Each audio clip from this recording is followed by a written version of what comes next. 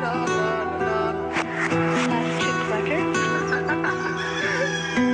gotta wake up early in the morning, a long way but go because I gotta find my way. The Lord need to stand up, get better warning, which makes me know where is the line, what's left to be done. Alors, il est 6h30. Madame, monsieur, bonjour. Merci beaucoup d'être fidèle à ce rendez-vous du matin. Kenkeliba, nous sommes lundi 12 février 2024 et c'est reparti pour une nouvelle semaine en votre compagnie. Et comme toujours, nous sommes très heureux de vous retrouver ce matin encore pour un autre numéro de Kenkeliba. Et c'est lundi, comme cela se passe à chaque début de semaine. Nous Mani qui sera avec nous sur ce plateau pour nous parler de tout ce qui est tendance. Nous aurons également Ibou pour tout ce qui est sport. Ibou qui va sans doute revenir sur cette actualité, cette dernière actualité concernant justement la Coupe d'Afrique des Nations. Vous avez sans doute suivi ce qui s'est passé hier. C'est fini pour cette 34e édition. Et c'est donc la Côte d'Ivoire, le pays organisateur, qui a remporté le trophée et qui succède ainsi au Sénégal. Nous allons largement revenir sur cette dernière actualité au début de cette émission. Nous aurons également un invité qui va nous accompagner jusqu'à 8h avec Sarah Louya. Et sans plus attendre, je vous propose maintenant d'aller rejoindre le coach Tanda Khadia en salle de gym pour les exercices de ce matin. Et on se retrouve juste après. À tout à l'heure.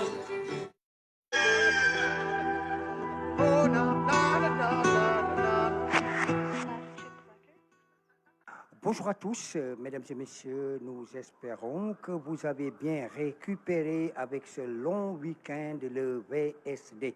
Alors aujourd'hui, nous nous retrouvons à Celix Fitness et donc nous allons parler de comme j'ai l'habitude de dire, mesdames et messieurs, eh bien, nous allons parler de cardio. Alors, ce cardio du lundi, ce sera une gym personnalisée du coach Bo et vous aurez beaucoup de facettes, mesdames et messieurs. Il y aura du burpee, il y aura évidemment quelques poids, mais aussi, eh bien, c'est vrai qu'il y a de multiples facettes, hein, puisqu'il y aura beaucoup de choses, vous allez voir, avec le Medicine Ball également, qui sera au rendez-vous. Alors, on a l'habitude de dire, le lundi, c'est le cardio. Voilà pourquoi je vous laisse apprécier. Mais d'abord, écoutons le coach Bou pour d'abord la rentrée. Bonjour mesdames et messieurs, nous revoici encore début de semaine. On est là pour vous présenter notre capsule d'aujourd'hui qui va porter sur le cardio comme tous les lundis.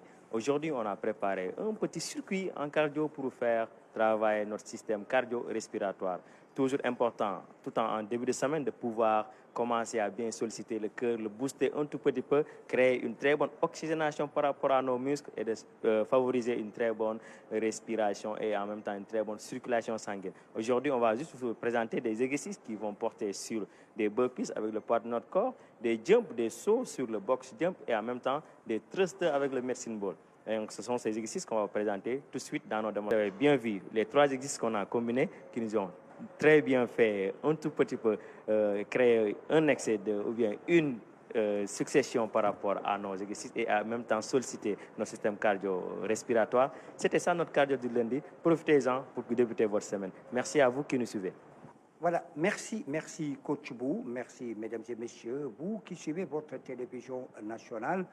En tout cas, je vous remercie de votre attention, je vous remercie d'avoir suivi cette capsule avec le coach Bou dans sa gym personnalisée. Alors, à demain, Inch'Allah.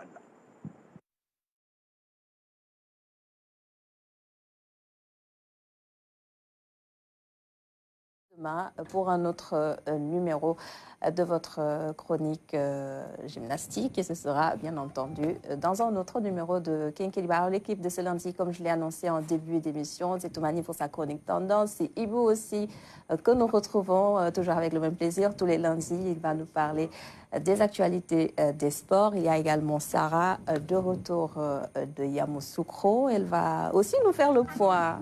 Il y a aussi notre invité du jour que nous allons tout de suite présenter. Et je démarre avec Sarah qui qui, je le disais, est de retour de Côte d'Ivoire. Raconte-nous un peu comment ça s'est passé avant de revenir justement à cette dernière actualité concernant la CAN. Bonjour Ça va Adama, oui, très bien. Très Oui. heureuse de te retrouver. Je suis contente aussi de te retrouver. Et de retrouver l'équipe du matin, bien évidemment. Oui. Et Yamoussoukro, ça s'est très bien passé, même si on aurait souhaité revenir encore une fois avec le trophée à la maison et faire le doublé. Oui. Mais bon, ça a été difficile. J'ai Oui. pas envie de rappeler ce matin des souvenirs douloureux. Retenez tout simplement que la Côte d'Ivoire est véritablement une terre d'hospitalité. Oui. On était très bien à Yamoussoukro également dans une très belle compétition. Oui. Les Ivoiriens aiment beaucoup les Sénégalais. On a passé de très bons moments là-bas. Finalement, on s'adore.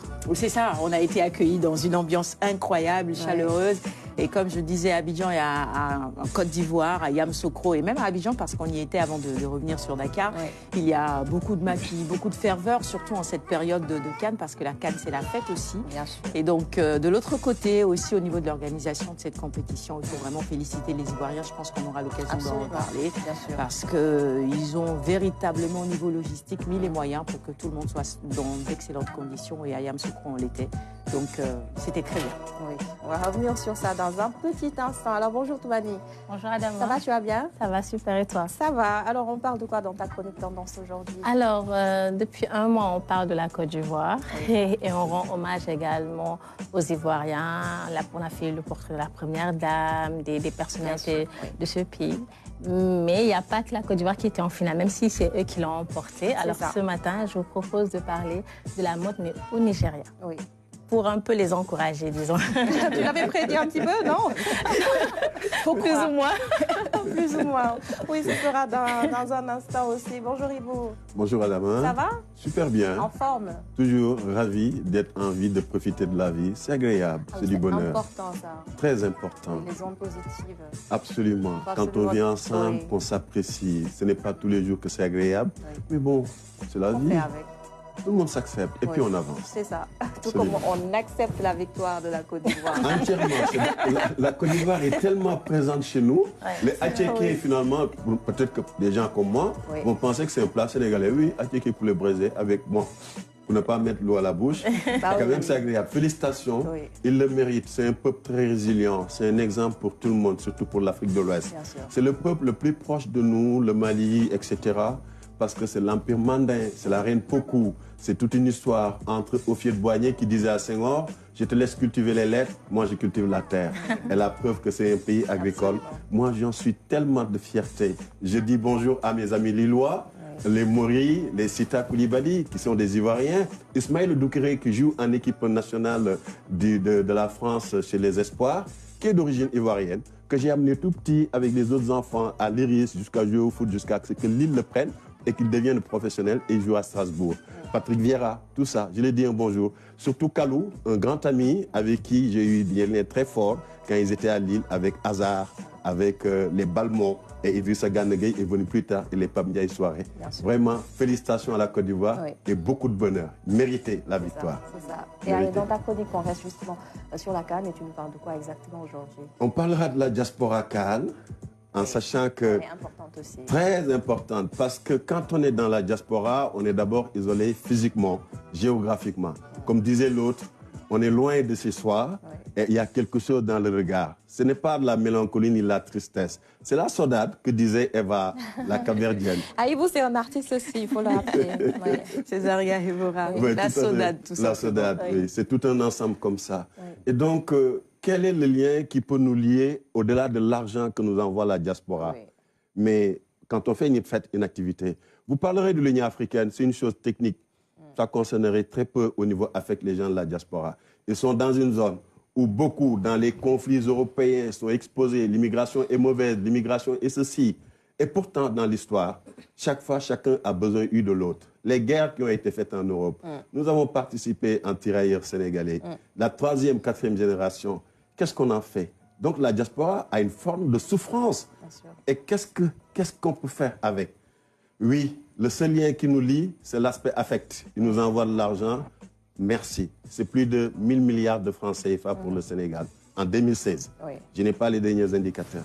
Oui. Par contre, ce qui serait intéressant, est-ce qu'on ne devrait pas aller vers une agence de la diaspora? Oui, il y a la Pourquoi direction pas, des oui. Sénégalais de l'extérieur. Et la dichotomie même que je me suis mis souvent on peut me marrer, on nous dit que c'est le ministère des Affaires étrangères et des Sénégalais de l'extérieur. Oui. On aurait dû tout faire simplement le ministère des Affaires étrangères et de la diaspora. Parce que la diaspora, quand même, c'est du talent, c'est des compétences qui composent la diaspora. On prend un profil. Vous êtes étudiant au Sénégal, on vous amène en France. Je prends le pays, la France. Vous allez là-bas, vous étudiez, vous finissez, vous travaillez, vous gardez votre argent, vos biens. Je suis d'accord. Mais que l'État gagne, qu'est-ce qu'on gagne, nous, dans la communauté? Est-ce qu'il n'est pas temps qu'on fasse un contrat de service? Chaque fois que vous bénéficiez d'une bourse sénégalaise et que vous allez à l'étranger, vous avez un devoir de contribution. Comment? À nous à définir. Ce sont des réflexions à poser au niveau du débat public parce que les Américains ont trouvé ce système. Ils peuvent te donner un financement, mais tu travailles 5 ans pour l'administration américaine. Les Spike Lee avaient refusé de prendre cette bourse et ils ont incité d'autres Noirs américains à faire autre chose que de prendre cette bourse pour ne pas aller à la NASA, etc. Mais il nous revient, ces modèles-là, de pouvoir les mettre en place. Parce que la diaspora, prenons l'exemple de ce qui est le plus dramatique qui peut arriver, parce que chaque vie a une fin, mais le décès assurance rapatriement. Mais nos entreprises, nos sociétés sénégalaises, apparemment, ne font rien du tout, aucune campagne forte pour aller chercher cette capacité. Ce sont souvent les Maghrébins qui proposent aux Sénégalais des assurances, même si c'est, allez, un petit 50 000 francs CFA. Mais si vous le multipliez à l'échelle, vous vous rendez compte du chiffre d'affaires que peuvent faire nos assureurs. De notre côté, nos talents. Mais les enfants qui sont nés là-bas, qui se réclament sénégalais, mais plus que vous ne pouvez imaginer.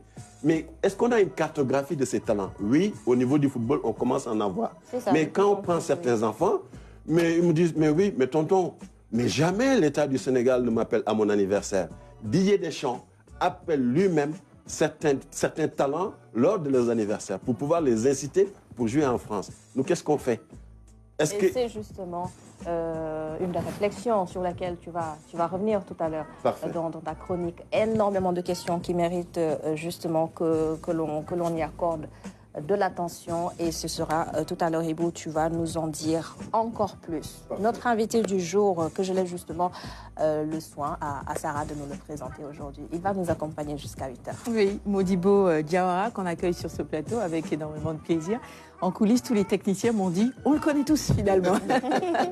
Parce qu'on parle du 7e art avec vous, et bien finalement tous les techniciens qui tournent autour de cela. Et l'audiovisuel, c'est déjà le cinéma aussi. Donc ils vous connaissent un peu tous comme experts et enseignants au CESTI, réalisateurs et producteurs. Je le disais, vous évoluez dans le domaine du cinéma. Et aujourd'hui, avec vous, on va faire un tout petit peu le point sur notre cinéma, sur les films que nous faisons aujourd'hui, la jeune génération. On parlera également de formation, mais aussi de numérique. C'est important cette donne-là. Est-ce que c'est un tremplin ou plutôt un obstacle finalement pour les jeunes réalisateurs? On parlera de production également au Sénégal, de financement. Le FOPICA nous intéresse et puis vous étiez dans le comptant aussi, le passage de l'analogique au numérique. Cela nous interpelle tout de suite parce que nous, on est un média bien évidemment et donc avec vous, on fait un tout petit peu le point. Est-ce qu'on est bien passé? Est-ce qu'il y a des choses à revoir? On en reparle dans un petit moment dans la rubrique invité. En tout cas, merci d'avoir accepté notre invitation. Merci à vous de m'avoir invité. Bonjour. C'est toujours un plaisir d'être là. Oui. C'est comme une famille, la RTS. Je suis un peu lié à chacun de vos collègues parce que j'étais au Médiacentre de Dakar, directeur de la formation. Et à la fin de chaque année de formation, j'écrivais moi-même les demandes de stage. Depuis le temps de Mohamed Ba, Khoudos, etc. Moi-même, je faisais les demandes de stage et chaque fois que le stage se terminait, on me disait on les prend tous, quoi. Et ça, c'est une fierté. C'est une fierté pour moi de les voir tous devenir dans le lead. C'est que vous les avez bien formés finalement. Ils sont dans le lead. Il y en a qui sont un peu dans le jeune cinéma, comme Leuz. Il y en a qui sont dans d'autres chaînes de télévision, machallah. Et c'est toujours pour moi un plaisir de venir ici parce que je suis bien entouré ici. Chaque fois, chacun me convoque dans son petit studio pour me dire « Viens ici, j'ai envie de te parler de ceci ou de cela ». Et c'est pourquoi je suis très attaché à la RTS. Racine, c'est un grand frère à moi, que j'aime beaucoup, dont j'apprécie les actions au quotidien, notamment les nouveaux projets. Et c'est le lieu peut-être de le féliciter et de remercier toute l'équipe qui est derrière lui. Et je m'en félicite vraiment d'être parmi vous aujourd'hui pour aussi apprendre de vos initiatives, de vos nouvelles initiatives et échanger avec vous, en tout cas en faire un moment fort de l'émission phare que vous avez qui est Kenkeliba. C'est ça. Merci Merci beaucoup. d'être là et bienvenue une fois de plus. Sur le plateau de Kenkeliba, on reste dans le bain puisqu'on parle de Cannes, le coup de sifflet final de cette compétition en Côte d'Ivoire. On l'a entendu hier dans la soirée, la Côte d'Ivoire, le pays organisateur justement, qui a remporté ce sacre et qui succède ainsi au Sénégal à l'issue d'une compétition tout à fait spectaculaire et pleine de surprises. La Côte d'Ivoire qui a été sacrée championne d'Afrique à l'issue, comme je l'ai dit, de cette compétition pleine de rebondissements. La Côte d'Ivoire était presque morte au début de cette compétition, mais elle s'est relevée grâce au Maroc et on l'a vu lorsque le pays organisateur a justement rencontré le Sénégal. Malheureusement, nous avons été battus et détrônés. Et depuis lors, la Côte d'Ivoire a mené une compétition très rude, pleine de surprises aussi, et elle est revenue en force. Et je pense aussi qu'elle a largement prouvé hier en battant le Nigeria en finale. Et oui, nous sommes tous heureux pour la Côte d'Ivoire parce que je pense aussi que c'est un sacre mérité, n'est-ce pas, Sarah? Tout à fait, absolument. Sacre mérité au vu du parcours de cette équipe. Donc d'abord, félicitations à l'équipe de Mers Faye. Félicitations à Emers Faye. Particulièrement. Surtout parce que vous imaginez tout ce qu'il y a eu lorsqu'ils perdent 4-0 face à la Guinée équatoriale. Le sélectionneur Gassé qui démissionne. On dit on va donner la sélection à Emers Faye. Les gens se disent oui, mais bon, est-ce qu'il peut véritablement? Non, on va chercher Hervé Renard, s'il vous plaît. Donc il y a eu toute cette polémique-là, finalement. Emers Faye est là, il reprend cette équipe, il trouve les mots justes parce qu'il a lui-même été joueur. Il a porté le maillot national également. Et je crois qu'en conférence de presse, il l'a dit. Il y a un journaliste qui lui a dit, mais qu'est-ce que vous allez dire à vos joueurs? Il dit, est-ce que vous m'avez déjà vu jouer? Donc, si vous m'avez déjà vu jouer, eh bien sachez que c'est ce que je vais dire à mes joueurs également. Donc il y avait de l'engagement, il y avait de la détermination, il y avait beaucoup de pression, mais il a su trouver les mots justes et trouver le bon attelage aussi entre les anciens, ceux qui ont évidemment plusieurs cannes, et puis les plus jeunes qui sont arrivés, comme le jeune Adingra, véritablement une révélation dans cette canne. Et félicitations donc à la Côte d'Ivoire. Pleine de surprises parce que tous les favoris sont partis très vite. Le Sénégal est parti dans un match de 8e de finale. Assez difficile encore. La pilule a encore du mal à passer parce que quand on voit cette équipe sénégalaise, on avait vraiment les moyens de passer cette étape et d'arriver jusqu'en finale. Tous les experts l'ont dit, tous les consultants, tous les spécialistes l'ont dit. On avait un niveau de jeu Ligue des Champions. C'est ce que tout le monde disait. Donc qu'est-ce qui s'est passé dans ce match? Peut-être que le 12e homme, le public a peut-être changé quelque chose. Nous y étions, je vous assure, quand la vague orange arrive au stade et que tous les Ivoiriens se mettent debout et commencent à chanter, ce n'est pas évident pour l'équipe adverse. Peut-être que c'est ce qui a d'ailleurs de ce match, le mental. C'est ça, c'est un match. Peut-être que c'est ce qui a fait la différence. On a beaucoup reculé dans notre match de 8e de finale. L'un mis dans l'autre, la Côte d'Ivoire passe. Le Maroc. Tu parlais du Maroc, le sauveur finalement de cette Côte d'Ivoire qui tombe aussi parce que sur le net il y a eu beaucoup de spéculations. Les gens disaient que le Maroc voulait que la Côte d'Ivoire élimine le Sénégal pour aller chercher tranquillement le trophée.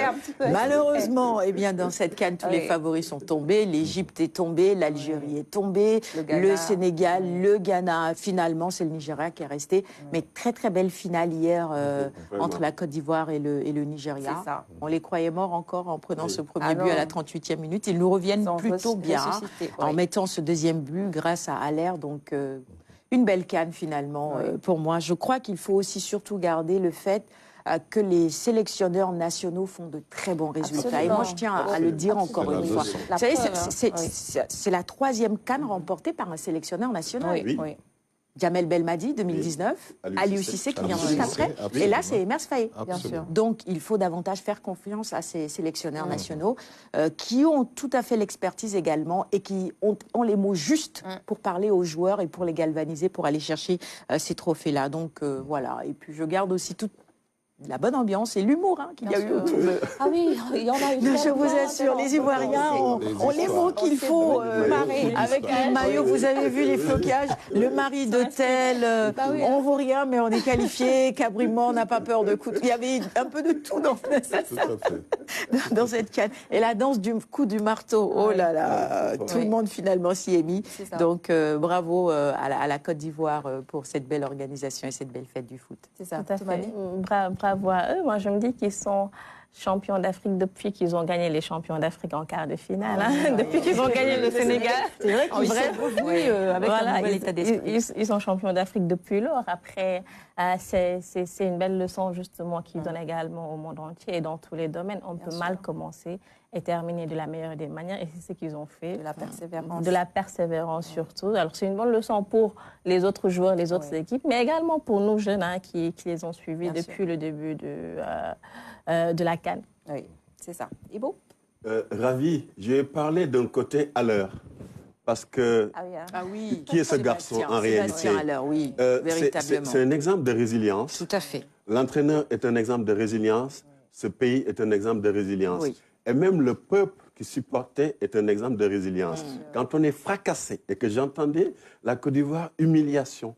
Mais vous vous rendez compte, ce trauma collectif. Vous êtes humilié 4-0 par le petit pays que limite même que vous méprisez, qui est à côté, qui culturellement ne représente économiquement rien pour vous, qui vous écrase 4-0 chez vous devant le monde entier. Oui. Et vous revenez ensuite sur un entraîneur. Faye, l'entraîneur, on oublie qu'il a été à Nice. Il a même à s'occuper de la formation des joueurs professionnels de Nice. Tout à fait. Donc, il ne paye pas de mine. Souvent, la sobriété, la discrétion ne peut pas être bankable. Ce n'est pas marketé. Donc, du coup, c'est un garçon qui ne paye pas de mine, qui est limite là, qui n'est pas comme les autres standards. Donc, du coup, limite, c'était méprisant. Excusez du terme. Limite, c'était ça. Et Dieu a voulu qu'il a apporté son expertise. L'autre côté, à l'heure, atteint de cancer. Oui. Qui fait un travail dessus. Vous vous rendez compte, le nombre de concernés, rien qu'au Sénégal, c'est un exemple de voir qu'à l'heure a eu à faire sa résilience.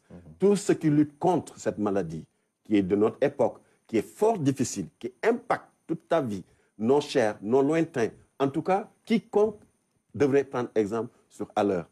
Parce que ce garçon a apporté un leadership, il est le moins ivoirisé quand on regarde, mais il a été le plus déterminant. Et grâce à lui, en fait, la Côte d'Ivoire a changé de jeu parce qu'ils n'avaient pas la profondeur nécessaire. Ils avaient certes les bons latéraux, même si Aurier, mon jeune frère vraiment, qui était moins... Parce que quand on triche, ça se ressent tout de suite. Quand on n'est pas présent physiquement, c'est comme notre joueur Abou Diallo, que j'aime bien. Ils ont été moins présents physiquement. Alors, le match contre la République démocratique du Congo, je pense que c'est là où ils ont trouvé leur vitesse de croisière. C'est comme s'ils avaient continué le match durant la finale. Et malheureusement, ce qui s'est passé pour le Nigeria, on le voit avec Osimhen. J'ai commencé à compter à la seconde mi-temps. Plus de 9 fois, il a fait un appel des gestes, remonter. Parce que l'entraîneur nigérien a eu le même réflexe que notre entraîneur de dire on reste en position défensive. Mais sauf que les éléments qui composent l'équipe du Nigeria ne sont pas... C'est beaucoup plus une équipe offensive. C'est pas possible. C'est pas possible de tenir autant. Mais la Côte d'Ivoire, quand même, mérite cette finale. Le match était agréable. C'était beau. Il y avait de la technicité. Il y avait de l'engagement. Parce que les Nigérians, quand on les observe, c'est sur les côtés qui sont explosifs. Mais là, non. Ils ne pouvaient pas. Et Seri, ce garçon aussi, c'est là où je vais terminer. Pourquoi j'ai eu beaucoup d'affection? Je l'avais rencontré à Lille. Il était à Nice à l'époque et il devait aller jouer au Barça. Vous vous rendez compte, les Niçois l'ont sacrifié parce que juste, ils n'étaient pas d'accord dans les négociations. Et quand je le vois également dans sa résilience, je me dis, c'est un garçon qui a pris une revanche sur l'ensemble de ces gens qu'il avait combattus pour qu'ils n'aillent pas au Barça. Et vraiment, il nous a bien eu. C'est parce que c'est lui qui nous a gagné en réalité. Toutes les passes, toutes les actions, tout passait par lui comme une plateforme. Et il a fait un excellent match contre le Sénégal, mais c'est parce que vraiment le sélectionneur lui fait confiance aussi. Ça aussi, c'est des choix du sélectionneur qui peuvent tout changer. Mais le sélectionneur a eu le management socio-culturel nécessaire. Parce que quand on se rend compte, même comment il parle avec son adjoint, mais c'est des amis qui se parlent, c'est des gens qui se parlent. C'est normal. Faisons la promotion du local. Nos gamins, nos jeunes, nos compétences qui sont là, nos talents qui sont là, dans nos structures privées, publiques. Faisons confiance aux jeunes. Et puis, mettons-les devant, en tenant compte que les échecs qu'ils vont faire, les erreurs qu'ils vont faire, mais ils capitalisent. Mais si vous plantez et que vous tombez à gauche, vous allez passer à droite. Quand même. Mais félicitations à la Côte d'Ivoire. La fête était belle, agréable, très agréable. Mais le protocole de la CAF doit être revu. Parce que le président de la CAF, lui-même, qui pilote l'autre, qui dirige l'autre, non, il y a des compétences, il faut les prendre, il faut les mettre devant. Et que lui, qui reste à côté des autres chefs d'État. Ou bien Vous n'avez pas remarqué que c'est lui-même qui faisait les petites organisations comme ça? Mais bon, c'était tellement belle que tout le monde voulait être au Au centre, centre. au cœur, tout le monde voulait être vu. Vous l'avez remarqué. Tout le monde voulait être vu. Peut-être qu'aussi, au moment, juste au moment de remettre la coupe, j'espère qu'il y aura des innovations, qu'on fasse la promo, parce que j'en suis sûr, tout le monde, plus de 200 pays ont forcément regardé. En tout cas, on disait 120 pays étaient accrédités, ou en tout cas, pouvaient faire la diffusion. Juste au moment de la remise de la coupe, mais qu'on innove. Pourquoi pas prendre quelqu'un qui vient chanter? Imaginez un Alpha Blondy. Qui l'a vu dans la Coupe d'Afrique? Qui? Moi, je ne l'ai pas vu à la Coupe d'Afrique dans les cérémonies officielles. Et on pouvait lui donner le micro. La cérémonie de clôture, hier, il a fait une prestation lors de la cérémonie de clôture. Mais juste au moment de la remise de la coupe. Juste à ce moment-là, tac, qu'on vienne et qu'on fasse la promotion de notre culture. Qui chante l'unité. Il a toujours chanté l'unité. Que toute la jeunesse africaine sache que c'est une fête, il y a une unité africaine. Qui est là, juste là, à l'instant. Avant la remise du trophée. J'aurais préféré qu'il soit là à ce moment. Après, sur le plan organisationnel, c'est ça en fait, c'est pas évident. On a beaucoup mis l'accent sur la promotion justement de la culture africaine, surtout ivoirienne. Hein. Heureusement, heureusement. Système. Exactement. Hein. Oui, tous les artistes finalement qui ont chanté lors de la oui. cérémonie d'ouverture et même de clôture. C'est ça. Tout à fait. Vraiment la cérémonie de clôture surtout. C'est ça, tout à fait.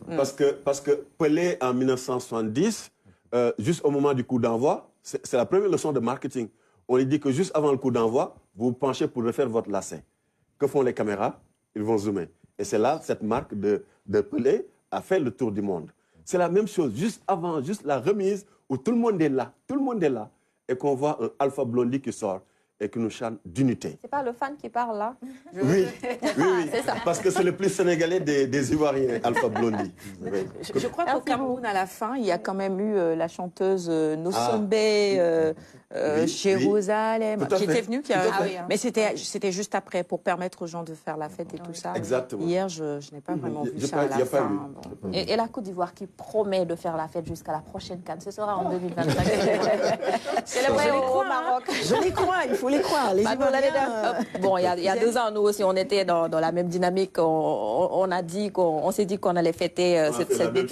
C'est ça, on a fait la même chose. Nous, on s'est vite lassés. Mais les Ivoiriens, j'ai l'impression qu'ils vont tenir. Ils ont promis. Modibo Diawara, un petit mot sur ce sacre de la Côte d'Ivoire. Oui, moi, je retiens qu'on est parti de l'utopie à la réalité. L'utopie, c'est quoi? L'absence d'infrastructures sportives. Moi, je ne crois pas au miracle. Je crois à des investissements sur le plan sportif. Je crois à des stratégies pour développer le sport à l'échelle du territoire. Je crois au fait que l'Afrique a son rôle à jouer dans le concert des nations en parlant de sport. Aujourd'hui, on a réussi à faire en sorte que l'information sportive africaine est devenue mondiale.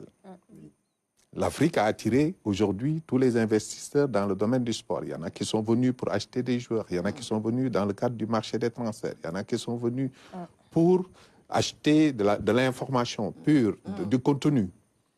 Donc, pour un moment, pendant un mois, l'Afrique vraiment a réussi à se hisser dans le concert des nations. Et je retiens aussi toutes ces infrastructures qui ont été disséminées dans les différentes régions où on a permis à des Ivoiriens de s'unir autour de la nation, autour de leur équipe nationale.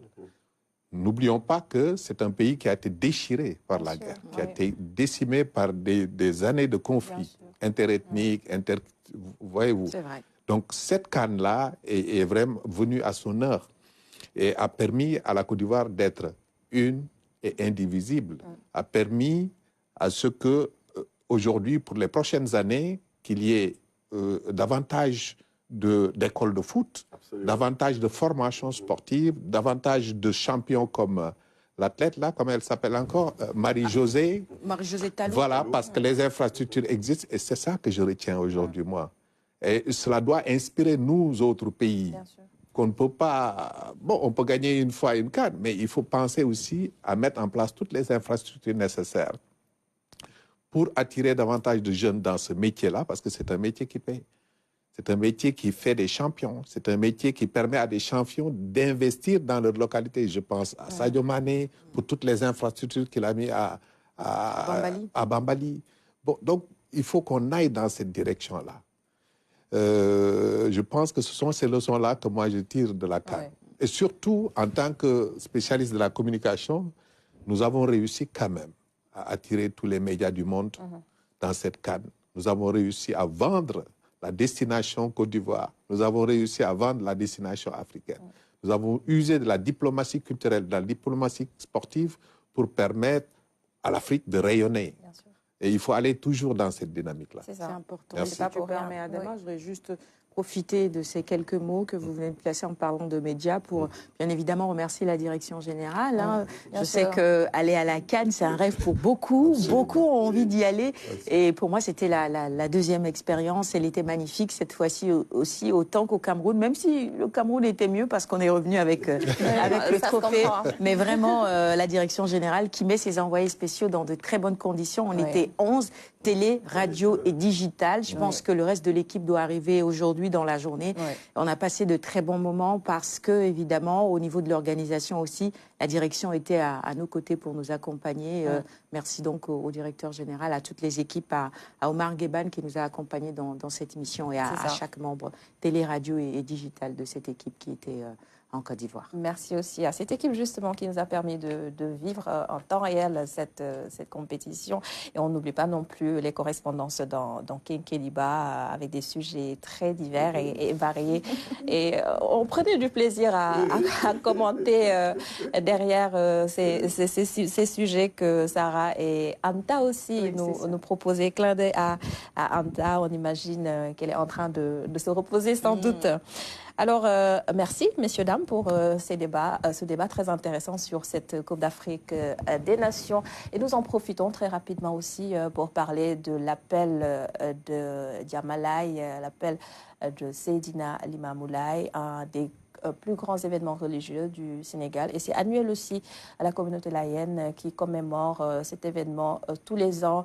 Diamalaye, Yoff, les Almadies, Cambérène sont particulièrement les lieux de convergence de centaines de milliers de fidèles, tout en blanc vêtus, comme nous le savons, pour justement commémorer cet événement religieux qui, on le rappelle aussi, cette année a eu comme thème, un thème qui vient toujours aussi à point nommé, et je cite le thème de cette année, c'est l'unité, socle de la stabilité sociale et politique. Le contexte s'y prête parfaitement.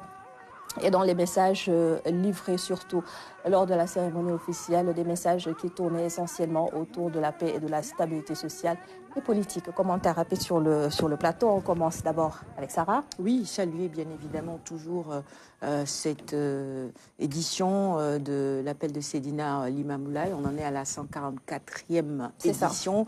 Saluer également le fait que grâce à la RTS, les téléspectateurs d'ici et d'ailleurs, on parlait de diaspora, eh bien tout ce beau monde a pu vivre en direct évidemment cet événement religieux important, tu l'as rappelé. Et moi, ce qui me marque à chaque fois dans cet événement, c'est le blanc. C'est toutes ces personnes, toute cette vague, j'ai envie de dire, de blancs finalement, unis, qui chantent. Ça touche personnellement, ça touche particulièrement. Et cet appel à la paix et à l'unité, tu l'as dit tout à l'heure, c'est toujours un thème d'actualité. On ne peut rien construire sans la paix et l'unité. C'est quand on est ensemble qu'on arrive à faire bouger les lignes. Et je crois que le message doit être entendu encore une fois aujourd'hui. On est un pays de foi. Et si on met la foi au milieu de chacune de nos décisions, je pense qu'on avancerait beaucoup mieux et on pourrait aspirer à plus.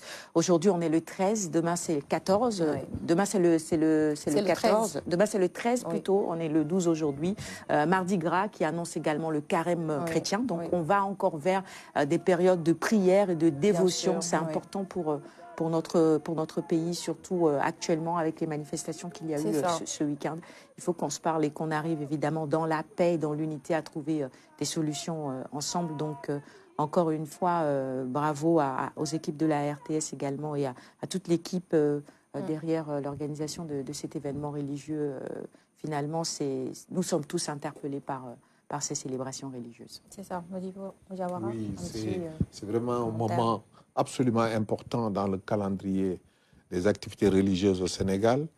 Et nous sommes un pays quand même qui a eu une histoire marquée par cette capacité de résilience face aux enjeux qui se posent au monde actuellement. Le monde est devenu fou à cause des guerres, à cause de tous ces clivages, Oui. ces frustrations qui existent dans nos frontières, etc., etc. Mais le fait d'avoir toutes ces communautés religieuses, le fait de pouvoir profiter des messages de paix qu'elles charrient au cours de leur événement annuel, nous incite à beaucoup réfléchir sur cette dynamique de paix-là. Et interroger le rôle et la place que nous avons, nous, individuellement, dans la construction de cette paix. Je pense qu'au Sénégal, il y a quelque chose qui vaut de l'or, c'est de l'or en barre. Il ne faut pas qu'on joue avec. Je pense qu'il faut, dans n'importe quelle situation, que toutes les communautés se réunissent, qu'ils s'inspirent des enseignements de Cheikh Ahmadou Bamba ou de Baye Laye ou bien de Maodo Malick, etc., pour trouver toutes les solutions nécessaires à notre développement personnel, pour toutes les solutions nationales au développement de nos communautés. Je pense qu'il faut aller dans ce sens. Il faut s'inspirer de ces appels-là. Il faut aller dans les réflexions approfondies. J'ai vu qu'il y a un plateau sur place où le thème est débattu avec d'éminentes personnalités. Je pense qu'il faut qu'on puisse faire le relais de ces débats-là pour disséminer les enseignements que l'on peut en tirer et inspirer surtout cette jeunesse-là qui est fragile aujourd'hui pour trouver les valeurs auxquelles ils doivent se référer, les valeurs auxquelles nous avons nous bénéficié de cette fondation très forte qu'on nous a léguée, qui est le Sénégal, que nous aimons tous et que nous devons protéger. Oui. Voilà. Alors, 7h08, et nous allons, Modibo, rester avec vous dans la première partie, puisque vous êtes notre invité du jour, et c'est juste après ceci. Les autorités politiques du pays. Alors, sans transition, Sarah, on va passer à la première partie avec Modibo Diawara, qui, on le rappelle, est expert et enseignant au CESTI. Il est aussi réalisateur-producteur. Et nous allons notamment revenir sur l'évolution du cinéma sénégalais. On va parler, bien entendu, des progrès, mais aussi des insuffisances. Absolument. On va démarrer justement par là. Quelle lecture est-ce qu'on peut faire aujourd'hui du cinéma sénégalais d'hier à aujourd'hui? Quelles sont notamment les avancées qu'on pourrait mettre à l'actif de notre 7e art? Oui, c'est quand même une question assez c'est une question colle, hein, vous voyez. On a avancé. Alors, on a beaucoup avancé. On a avancé surtout en s'inspirant des aînés. Parce que les aînés, Sembène, Mambéty. Voilà, Mambéty, Paulin Soumanou Vieira, qui ont connu des années de braise dans la construction d'une cinématographie nationale, d'une cinématographie africaine, pour dire les mots. Parce que, en fait, durant les périodes coloniales, ils rencontraient des difficultés telles que l'interdiction formelle, par exemple, de tourner sur le continent africain. Il y a un décret qu'on appelle le décret Laval. Beaucoup de gens ne connaissent pas ce décret-là, mais qui interdisait formellement à tous les auteurs cinéastes de tourner en Afrique. Il a fallu que certains trouvent des mécanismes par lesquels ils vont prendre tout leur matériel, ils vont aller en France et tourner sur place. C'est le cas d'Afrique sur scène. Vous avez entendu parler du film de Paulin Vieira qui s'appelle Afrique sur scène, parce que tout simplement, on interdisait formellement de tourner à Dakar.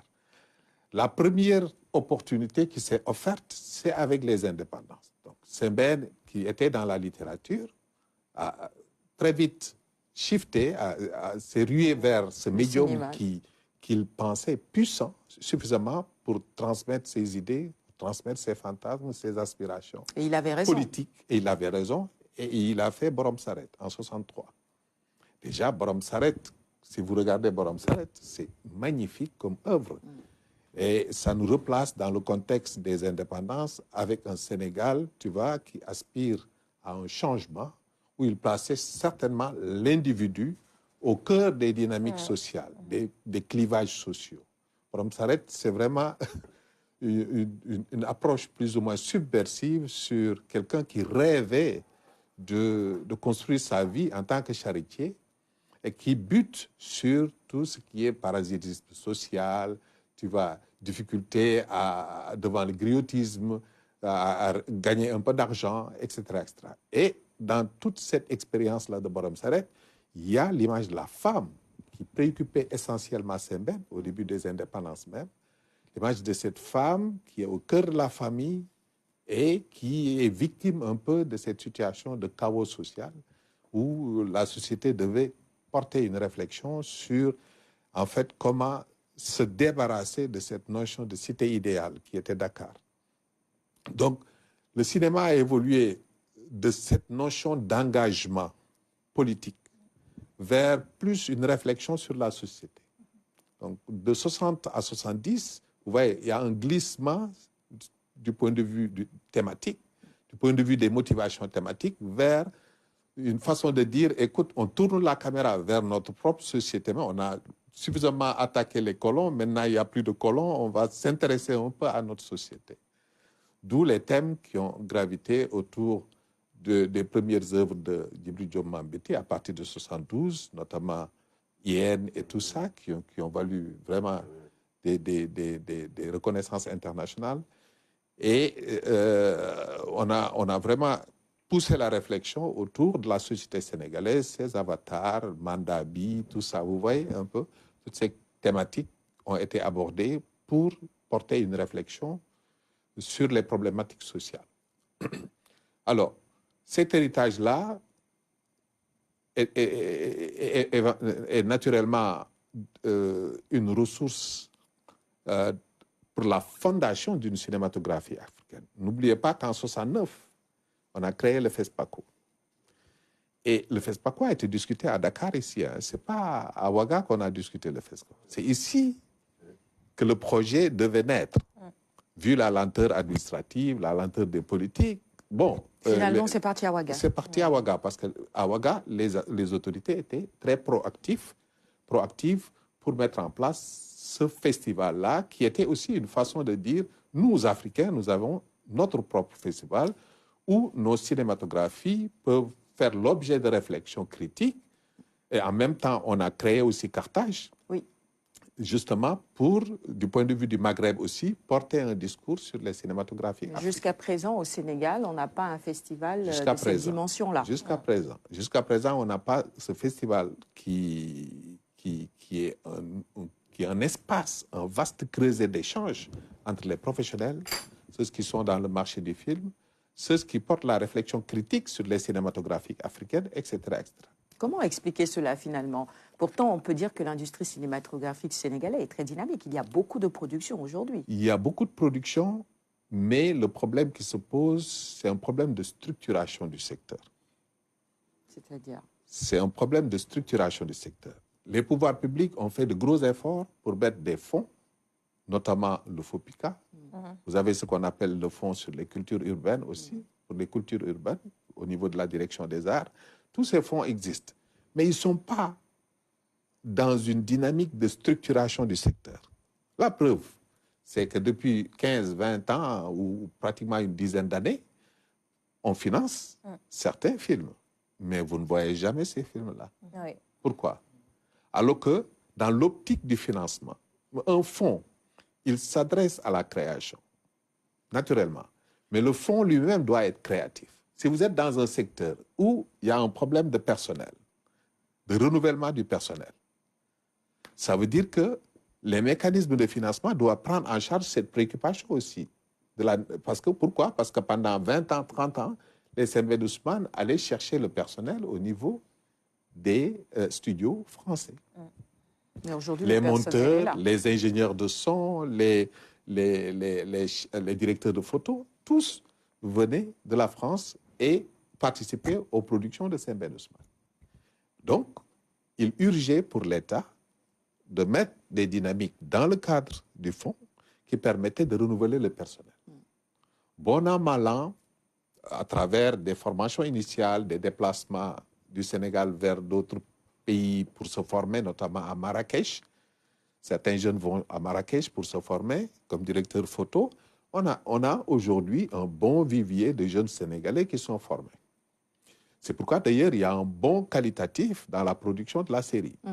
C'est impressionnant. C'est surtout ça. Aujourd'hui, si vous tournez à Dakar, mais vous avez toujours, si vous tournez à Dakar, vous avez des problèmes pour trouver un chef op.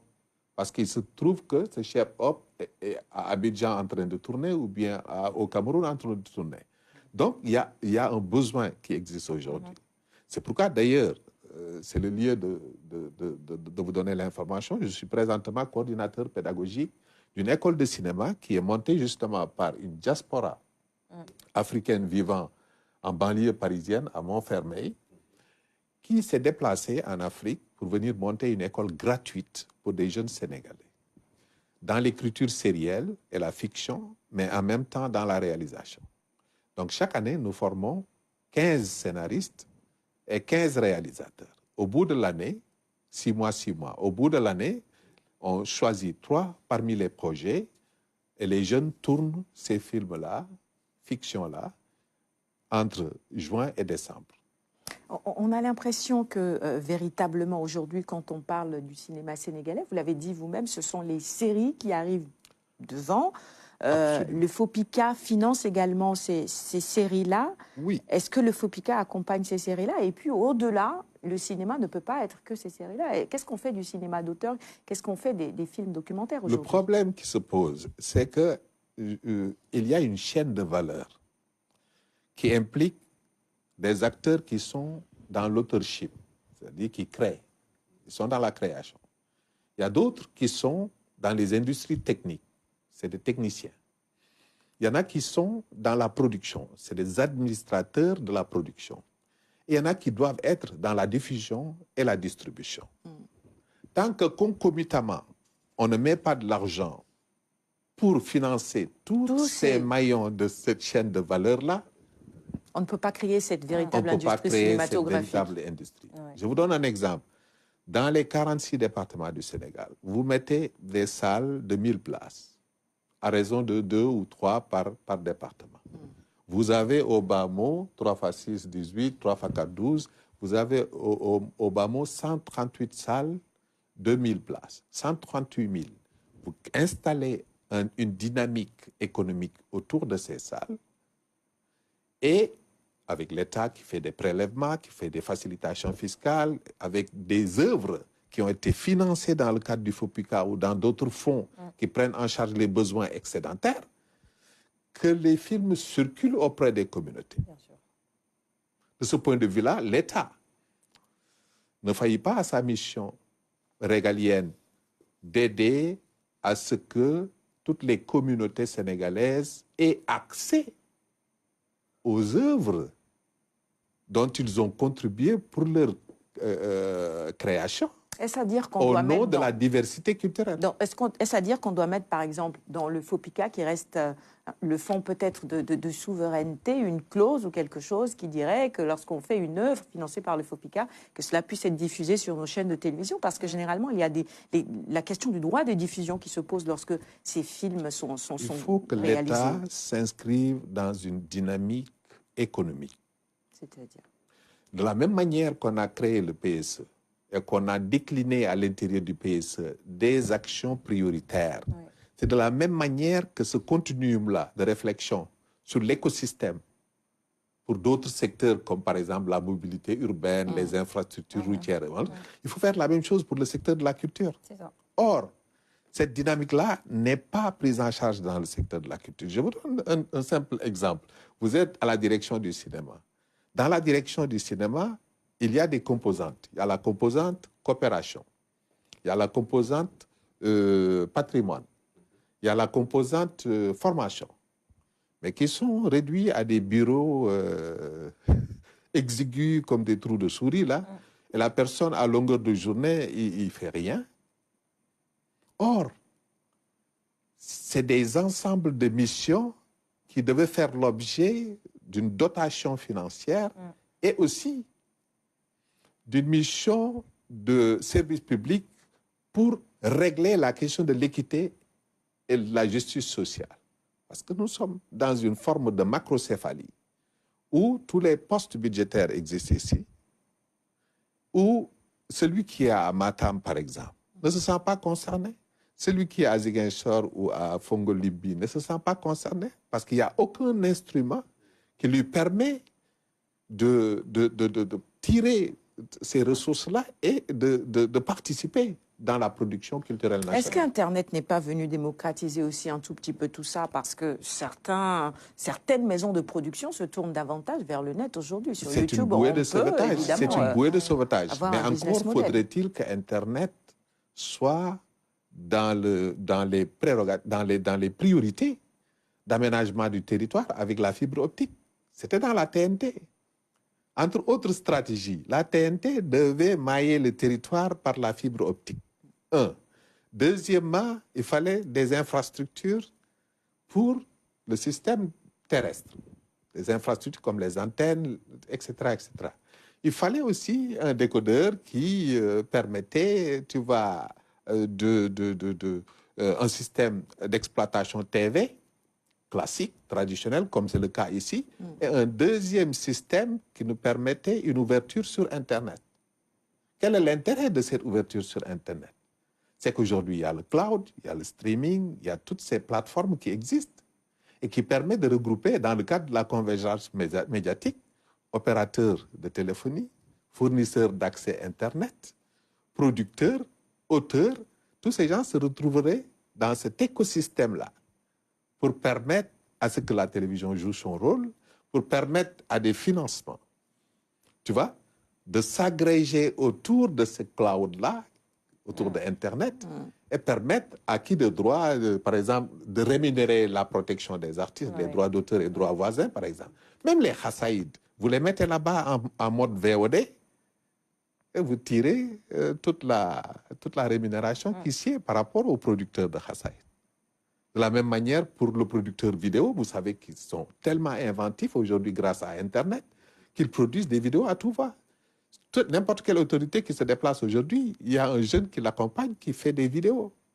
Mais ces vidéos-là, ça lui appartient. Il devrait avoir un système dans l'écosystème qui lui permettrait, une fois que sa vidéo est embarquée, de pouvoir trouver la rémunération qui s'y est par rapport à sa vidéo. Et tout ça aussi, ce sont des problèmes d'organisation. C'est des problèmes d'organisation. Exactement. Est-ce que les acteurs, les principaux acteurs de ce secteur, justement, entreprennent suffisamment de démarches, suffisamment d'initiatives pour, justement, que l'on puisse donner à ce secteur le rôle et la place qu'elle mérite?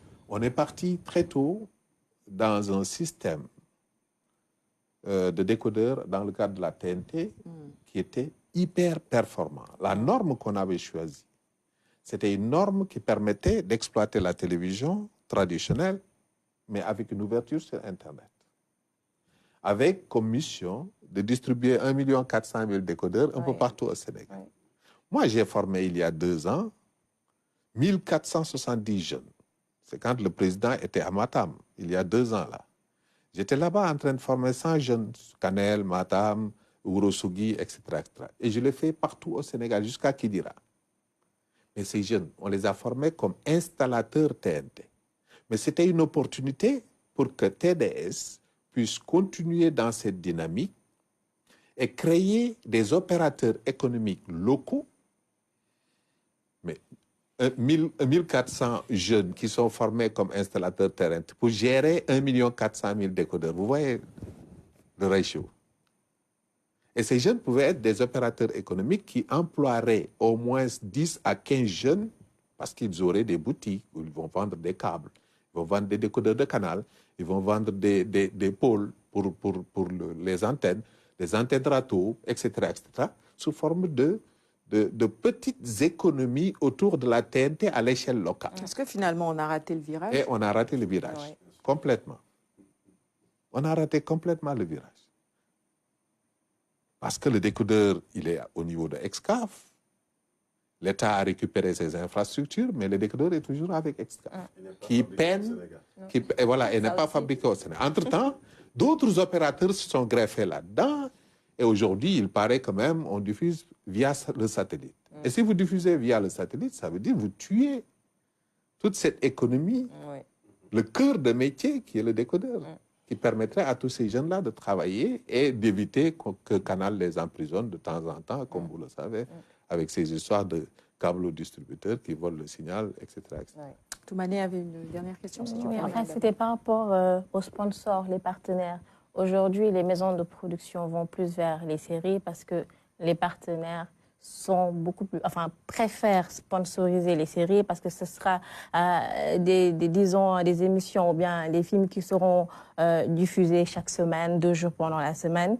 Alors que pour un film, ça passe une seule fois. Oui. Donc, ils vont aller vers ces sponsors qui préfèrent sponsoriser les séries au lieu de sponsoriser justement un long métrage de 1 heure, 2 heures de temps. Je pense aussi que ça, c'est un problème et c'est ce qui pousse aussi certaines maisons de production à préférer disons, produire, je me répète, les séries qui Oui, la passent série plus souvent. a apporté une révolution dans le secteur de l'audiovisuel. Ça, c'est indéniable. Oui. Parce qu'ils ont trouvé un modèle économique qui est parfait, où on injecte un peu d'argent, pas beaucoup, et on engrange beaucoup de bénéfices. Grâce aux opérateurs qui sont là, prêts, comme Canal, etc., à acheter à tout va. Et même Mais les si chaînes on de poursuit, télé aussi, mais c'est dangereux aussi. En même temps, si on poursuit dans cette dynamique-là, alors qu'il y a des producteurs de séries qui sont là, on ne dote pas les télévisions de la place de moyens et aussi de systèmes, de contraintes pour prendre en charge ces productions locales-là de séries en vue de diversifier leur grille de programme et qu'on ne réfléchisse pas aussi sur ce modèle économique-là et du rôle, de la place de l'État dans ce modèle économique-là, on va dans tous les sens. La preuve, c'est que les puissants, ils ont tendance à phagocyter les faibles. C'est ce qui se passe actuellement. Aujourd'hui, les grands groupes qui existent à l'échelle globale, vous avez vu avec cette canne, leur présence avec cette canne-là. Ces grands groupes-là ne dorment pas sur leur laurier. Ils sont en train de s'organiser pour exercer, comme Boubacar Boris Diop le dit, un contrôle social et politique de notre image. Il y va de notre souveraineté.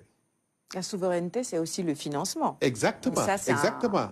Je vous donne un exemple. Je vous donne un exemple. Je regarde beaucoup ce que vous faites, notamment avec les télévisions régionales. Mais avec les télévisions régionales, il y a une piste très intéressante dans la diversité, dans la diversification des contenus à l'échelle locale. Mais ça ne doit pas rester dans le domaine de l'information. Ça doit aller au-delà de l'information pour aller vers des séries de production, de séries, de documentaires, tu vois, d'émissions, etc., etc. Il faut diversifier l'offre locale de manière à ce que, en agrégeant toute cette offre-là, ça peut être proposé sous forme de bouquet à l'international. Nous avons raté aussi ce côté où l'ensemble des télévisions devaient porter le contenu sénégalais sous forme de bouquet et le présenter ensemble. Mais c'est prévu avec la tour et les studios. Oui, mais chacun va aujourd'hui de son côté en disant, moi je vais travailler sur un bouquet qui m'appartient, je vais vendre ça dans mes réseaux et finalement, à force d'aller dans tous les sens, ils perdent, ils n'ont plus toute cette capacité et cette résilience nécessaire pour lutter contre les grands groupes. Aujourd'hui, l'Afrique est peu présente dans la production des contenus à l'échelle globale. Les grands groupes, c'est Amazon, c'est Bloomberg, c'est Reuters, c'est etc., etc., etc. Ces gens ont mis en place ce qu'on appelle en anglais GII, Global Information Infrastructure, des infrastructures un peu partout, et contrôlent notre image. Il faut qu'on aille dans le sens d'une démultiplication des possibles en matière de production. Et il faut qu'on vienne aussi dans ce marché-là en offrant nos produits dans le sens du donner et du recevoir. Sinon, on va cesser d'exister. Merci beaucoup. Une question dans la deuxième partie. C'est ça, d'autres aspects sur ce sujet aussi qui nous passionnent. Ce sera dans la seconde partie de Kenkeliba. Alors, c'est l'heure de découvrir le coup de cœur musique de nos équipes techniques. Et ce lundi, on se retrouve juste après.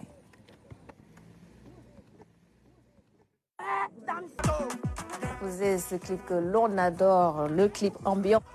C'est un petit peu enjaillé aussi sur le plateau, ça se comprend. Et oui, on fait nous aussi la fête, tout comme nos amis et nos frères ivoiriens. À 7 heures passées de 34 minutes, c'est l'heure des infos, le bulletin. C'est donc tout de suite. Et juste après, ce sera la seconde partie de Kinkeliba, une seconde partie qui sera consacrée à Toumani pour sa chronique de tendance, mais aussi à Ibou qui revient justement sur cette canne. Mais il va nous parler de l'apport de la diaspora, pas seulement dans le secteur du sport, mais aussi dans d'autres secteurs. Et le reste de notre temps, comme vous le savez, sera bien entendu accordé à notre invité du jour. À tout à l'heure.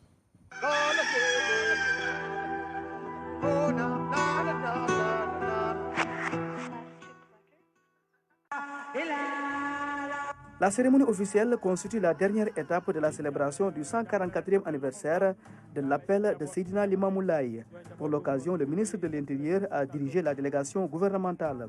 Dans son discours, le coordinateur général de l'appel a salué l'appui du gouvernement pour la bonne organisation de l'événement. Selon lui, toutes les dispositions ont été prises par les services de l'État conformément aux engagements pris lors du CRD. Seydina Issa Laye Thiaw en a profité pour magnifier le travail du président de la République et son soutien constant. Dans son discours, le ministre de l'Intérieur est revenu sur l'importance de cet événement. Selon lui, cet événement permet de rappeler les enseignements du Mahdi. Pour lui, le choix d'un thème d'actualité qui porte sur l'unité et la stabilité sociale et politique est très important. Maître Sidi Kaba est revenu sur l'appel au dialogue du chef de l'État pour un système électoral transparent et apaisé.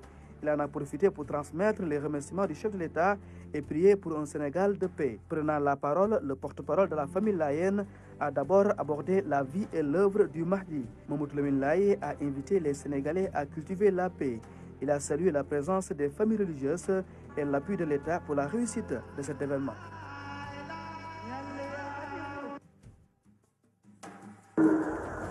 La jeunesse au service du Mahdi, regroupée au sein d'une association, les membres de Vision 129 apportent leur contribution pour la bonne marche de la communauté, et cela depuis 2008.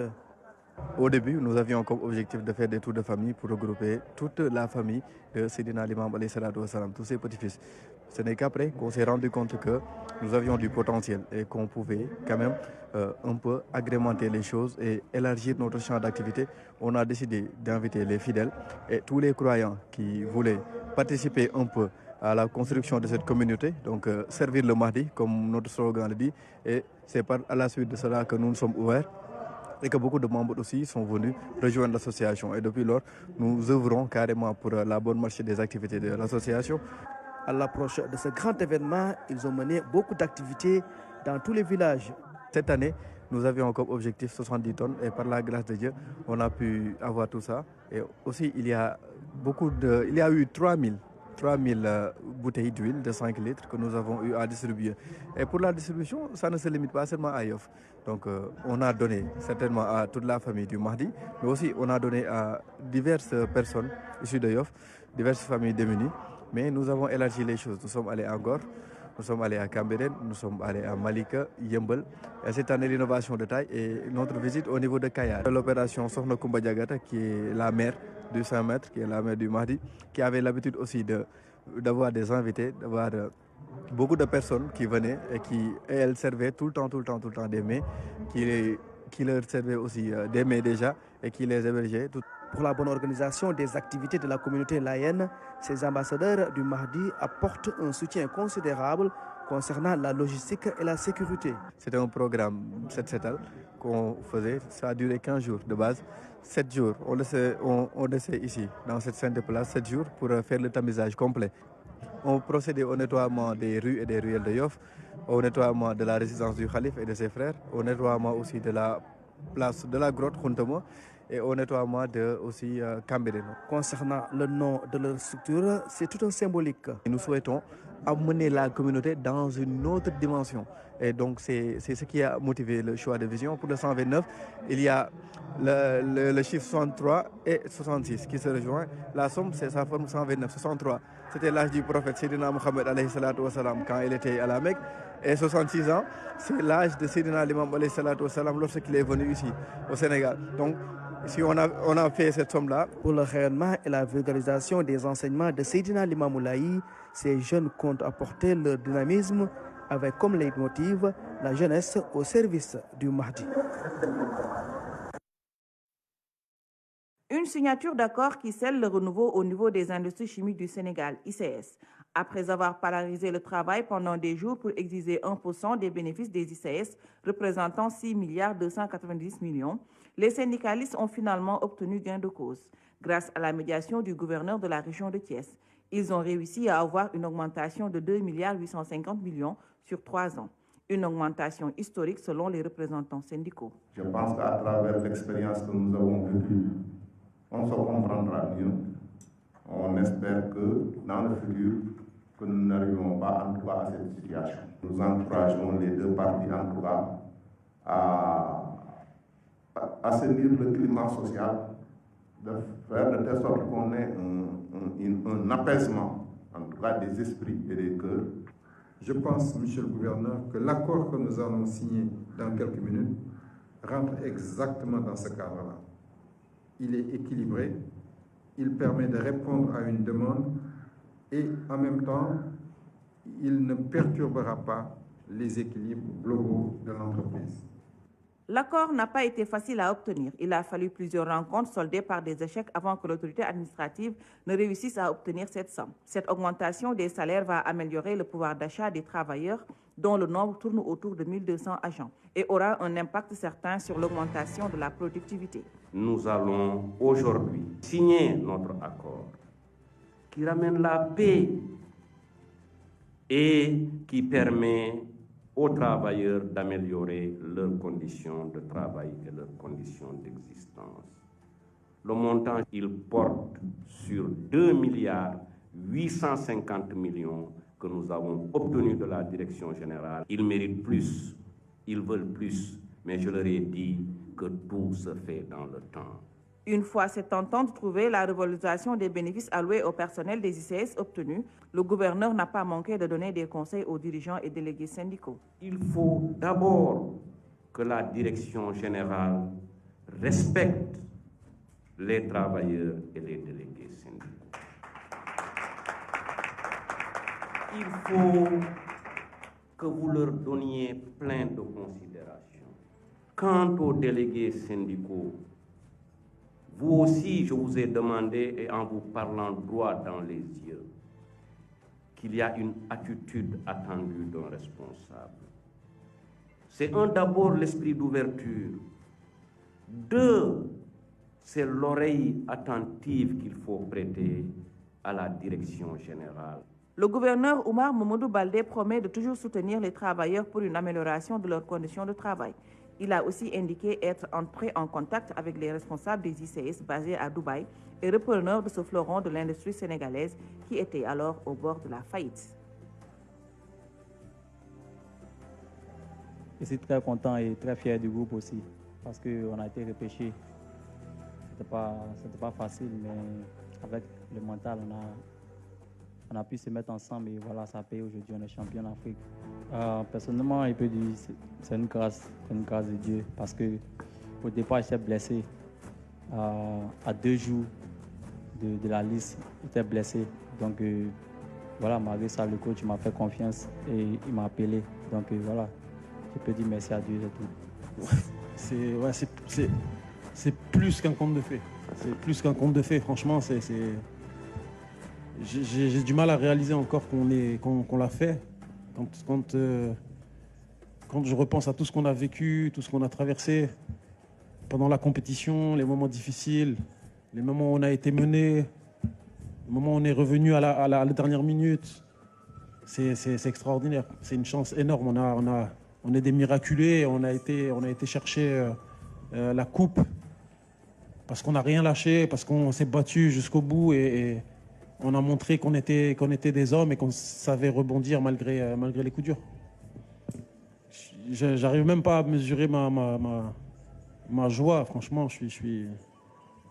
C'est énorme ce qui m'arrive. Je rêvais de gagner la CAN en tant que joueur. Je l'ai pas fait, j'ai pas su le faire. Et là, j'ai eu une opportunité de le faire en tant qu'entraîneur. Et malgré le fait que c'est arrivé dans des circonstances particulières, bizarres, parce que le jour de mon anniversaire, Je dois encaisser le départ de Jean-Louis, que je félicite aussi, parce que c'est aussi sa victoire. Et prendre l'équipe alors qu'on n'est pas sûr d'être qualifié encore. Donc, ça a été un anniversaire particulier, mais voilà, par la grâce de Dieu, on a eu une deuxième chance. On l'a saisi à fond, on a joué notre coup à fond et on n'a rien lâché pour aller chercher la coupe. Et c'était les infos qui se sont justement achevées sur ces notes de victoire pour la Côte d'Ivoire. Encore félicitations. La Côte d'Ivoire qui a rencontré hier le Nigeria en finale de Coupe d'Afrique des Nations.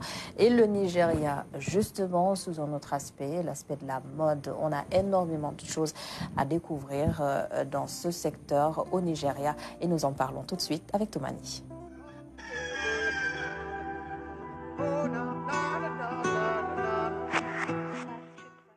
Sa chronique Tendance aujourd'hui, Toumani, tu nous parles justement du marché de la mode au Nigeria.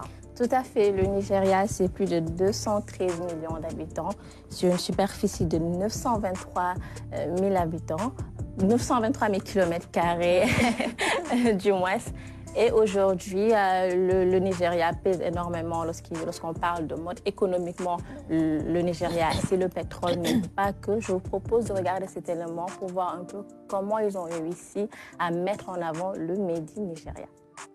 Toumani, des tenues, des créations absolument époustouflantes, magnifiques et qui de plus en plus servent aussi de modèle et de repère à nos artistes.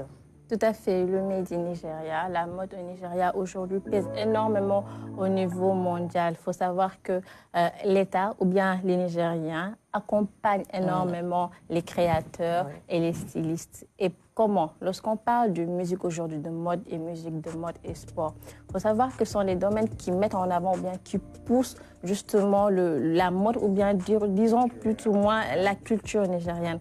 Aujourd'hui, lorsque l'État du Nigeria, par exemple, finance les musiciens nigériens pour qu'ils fassent des featuring avec de grands artistes, c'est une manière de vendre le Made in Nigeria, c'est une manière de montrer la culture nigérienne, c'est une manière plus généralement de montrer la culture africaine.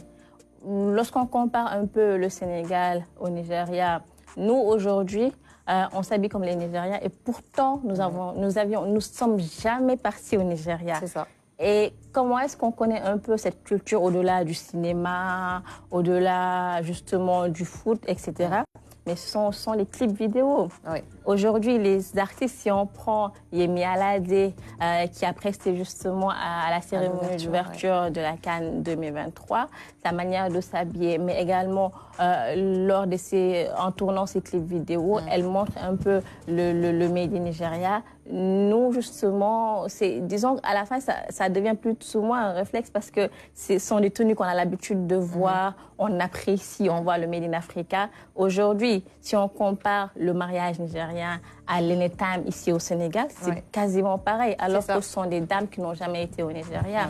À la limite, ils vont te parler du foulard nigérien, de la tenue. Même, pareil. Les accessoires. Exactement. Alors, c'est le mariage nigérien, mais en mode traditionnel, que les Sénégalais reprennent ici. Et ça, c'est grâce à la musique, c'est grâce au cinéma également, pour faire un coucou à notre invité. Alors, mettre en avant le Made in Africa, le Made in Sénégal, le Made in Nigeria, peut se faire à travers justement ces clips vidéo qu'on voit un peu partout dans le monde, qu'on voit aujourd'hui, les Sénégalais vont vers des featuring. Bien sûr, c'est très difficile pour nous parce que nous ne sommes pas anglophones. C'est ça. Mais on peut faire des featuring avec de grands artistes qui chantent en France. Et il n'y a pas que des artistes anglais. Je vois pas mal de gens aujourd'hui qui peuvent faire le link entre les artistes sénégalais et les artistes américains, mais ne le font pas. Pourquoi? Parce qu'on va dire, oui, les Sénégalais ne parlent pas anglais. Mais les grands chanteurs ne sont pas que américains ou anglais. Il y a de grands chanteurs qui chantent en français. En France, on peut citer des chanteurs comme, je sais pas, Céline Dion, Dadju et j'en passe.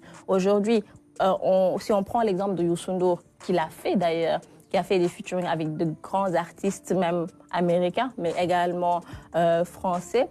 Lors de ces clips, pourquoi on n'a pas mis justement le Made in Africa je vais faire un coucou, mais c'est une manière de dire que la musique, aujourd'hui, en tout cas lorsqu'on prend le cas du Nigeria, a énormément aidé ce pays à mettre en avant, à vendre la destination Nigeria, mais également leur culture et la mode nigérienne. C'est ça. C'est vrai que l'industrie musicale du Nigeria a fini par s'imposer sur l'international. Et tu disais tout à l'heure, ces artistes nigériens peuvent justement aller chercher des featuring avec des artistes américains, mais de plus en plus, on assiste à l'inverse. Oui. C'est les Américains qui viennent chercher les jeunes artistes nigériens, n'est-ce pas, Sarah? Ils ont trouvé le bon rythme, ils ont trouvé le bon tempo qui attire finalement tout le monde. Et ils sont très demandés, ces jeunes artistes. On a aussi Nollywood, le cinéma, l'industrie cinématographique du Nigeria. Est-ce qu'ils ont aussi l'avantage d'avoir quoi? Tu disais combien? 219 millions d'habitants. C'est impressionnant. Il y a beaucoup de villes où il y a plus d'1 million d'habitants. Donc c'est tout un marché véritablement. Ils ont su profiter de ce marché, trouver les moyens de profiter de ce marché-là. Bon, on envie quelque part un tout petit peu toutes ces stars qu'on voit avec les foulards, les tenues et tout ça. On se dit, ah tiens, pourquoi pas? C'est une source d'inspiration, exactement, pour beaucoup. Ils ont trouvé le bon bout. Bon, le chemin a tout tracé. Et je crois que de plus en plus aussi, nos stylistes aussi commencent à s'inspirer de cela et nos artistes aussi. Beaucoup de talent, beaucoup de créativité aussi chez nous. Merci Toumani. Merci. Juste peut-être pour terminer, donner le cas de Tiwa Savage, ça, on peut vraiment pas ne pas parler de cela parce qu'elle a presté lors du couronnement du roi de l'Angleterre, Charles III, tout à fait. Alors même en prestant, on voit les petits princes qui se disaient mais c'est qui? Et pourtant voilà, elle a été choisie parmi les plus grands. Donc c'est juste magnifique. Et rappeler que l'industrie musicale au Nigeria dépasse 150 millions de revenus annuels. Alors c'est pas ça pèse énormément en termes de revenus, en termes de revenus, parce qu'on peut être artiste, vivre au Nigeria et être riche. Tout à fait. On n'a pas besoin de sortir, on peut rester là-bas, vendre des disques, et devenir riche. Exactement. C'est ça. Merci beaucoup Toumani pour la chronique tendance de ce jour. Le Nigeria justement battu en finale par la Côte d'Ivoire. N'est-ce pas Ibo? Le Nigeria va revenir encore plus fort sans doute. Le Nigeria aussi c'est une forte diaspora. Oui, bien sûr. Absolument. Ça a commencé d'abord à la Diwan, qui faisait exprès d'avoir l'accent nigérian. Il disait que non, I come back. Il était très fort. C'est ça. Et Ibo, tu nous parles de l'apport de la diaspora dans le sport, mais aussi dans d'autres secteurs. Oui, la diaspora en règle générale, il faudrait qu'il y ait une cartographie des talents, parce que c'est très facile à identifier d'abord en prenant le segment de ceux qui ont bénéficié d'une bourse sénégalaise. La bourse sénégalaise vient de nos impôts, de tout le monde, qu'on donne à quelqu'un, un Sénégalais, parce qu'il a son bac. Peu importe, mais on lui donne une bourse, il va à l'étranger pour acquérir des compétences. Il les fructifie pour gagner de l'argent. Oui, pour lui-même d'abord, mais pour la communauté, qu'est-ce qu'on fait? Peut-être est-il pas temps de mettre un contrat de service. L'État-providence existe, doit continuer d'exister et existera dans tous les cas. C'est juste le pourcentage d'impact qu'on devrait réduire. En commençant par quoi? Prenons un exemple. On prend un Toumani qui va faire ses études à Montpellier, qui habite à Montpellier, qui vit à Montpellier. Et pourtant, depuis l'école élémentaire jusqu'à la terminale, il a bénéficié de l'État du Sénégal. N'est-il pas temps de mettre ce contrat de service? Oui, c'est possible. Dans la mesure où ceux qui sont là-bas ne rêvent que de revenir. Je ne vais pas dire que je suis l'exemple typique, mais il y en a des milliers. Il y en a des milliers qui rêvent de revenir. Certains réussissent, d'autres ne réussissent pas. On ne peut pas venir implémenter une solution exogène à notre sociologie. Comment faire? C'est très rapidement, à mon avis, de mettre une agence de la diaspora. Vrai, il y a la direction des Sénégalais de l'extérieur, mais elle n'est pas suffisante, soyons honnêtes. La preuve, c'est que chaque fois que quelqu'un de la diaspora organise, c'est beaucoup plus vers le secteur de la communauté qui va aller chercher de l'aide.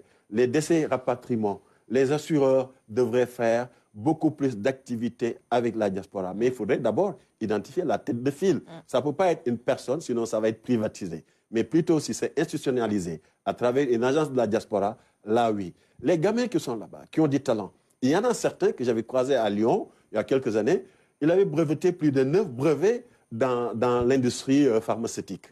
Mais lui, le Sénégal est très exogène chez lui. Mais imaginons qu'on puisse les amener ici. Le contrat de service peut même également contenir un aspect très simple et pratique. On vous dit, écoutez, vous partez pour 5 ans, mais vous êtes redevable pour l'État du Sénégal sur une période de 3 mois. Et ces 3 mois vont être répartis sur 2 ans. Quand vous venez, l'État vous donne le billet d'avion, mais comme vous avez encore la famille, vous allez habiter là-bas, vous prenez vos propres soins, mais vous allez être en immersion dans une entreprise où vous apportez une certaine compétence. On peut le faire avec la diaspora américaine, qui n'est pas la plus nombreuse, mais la diaspora italienne.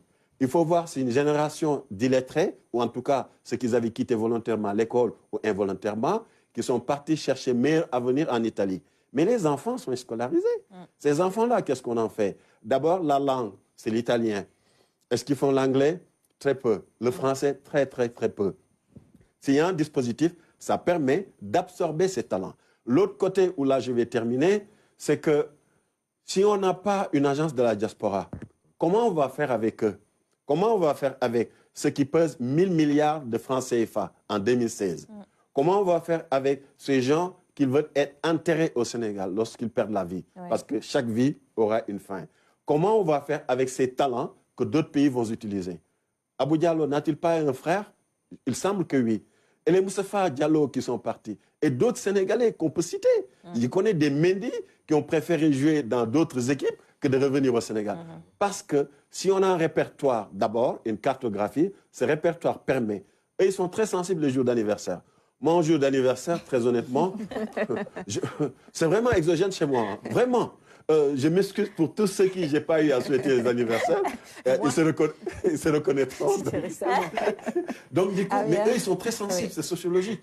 Qu'est-ce que ça coûterait qu'il y ait un pupitreur, quelqu'un qui est disposé? On peut même programmer avec un petit logiciel qui envoie ses dates, le petit anniversaire. Ça les permet d'avoir un affect avec notre pays. Surtout le séjour des stagiaires de la communauté sénégalaise qui est dans la diaspora.